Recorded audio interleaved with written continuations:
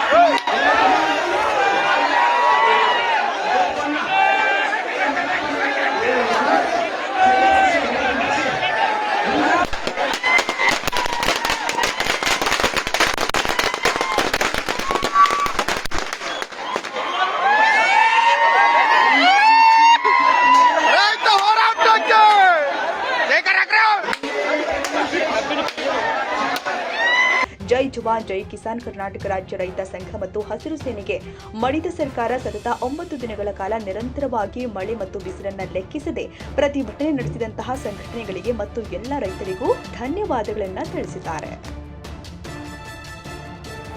ಕನ್ನಡಿಗರ ಮೆಚ್ಚಿನ ನಿಮ್ಮ ಎಜೆ 24/7 ನ್ಯೂಸ್ ಕನ್ನಡ ವಾಹಿನಿ ಇದೀಗ ಟಿವಿಯಲ್ಲಿ ಲಭ್ಯ.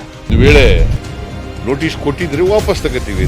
ಇವತ್ತು ವಕ್ಫ್ ಪ್ರಾಪರ್ಟಿ ಅಂತೇಳಿ ಬರ್ತದೆ ಅಂತ ಹೇಳಿದ್ರೆ ರೈತರ ಬೀದಿಗೆ ಬಂದು ಏನ್ ಮಾಡ್ಬೇಕಾಗತ್ತೆ? ಯಾರು ವೋಟ್ ಹಾಕಲಿಲ್ಲ ಅಂದ್ರೆ ಗ್ಯಾರಂಟಿನೆಲ್ಲ ಸ್ಟಾಪ್ ಮಾಡ್ಬಿಡ್ತೀವಿ.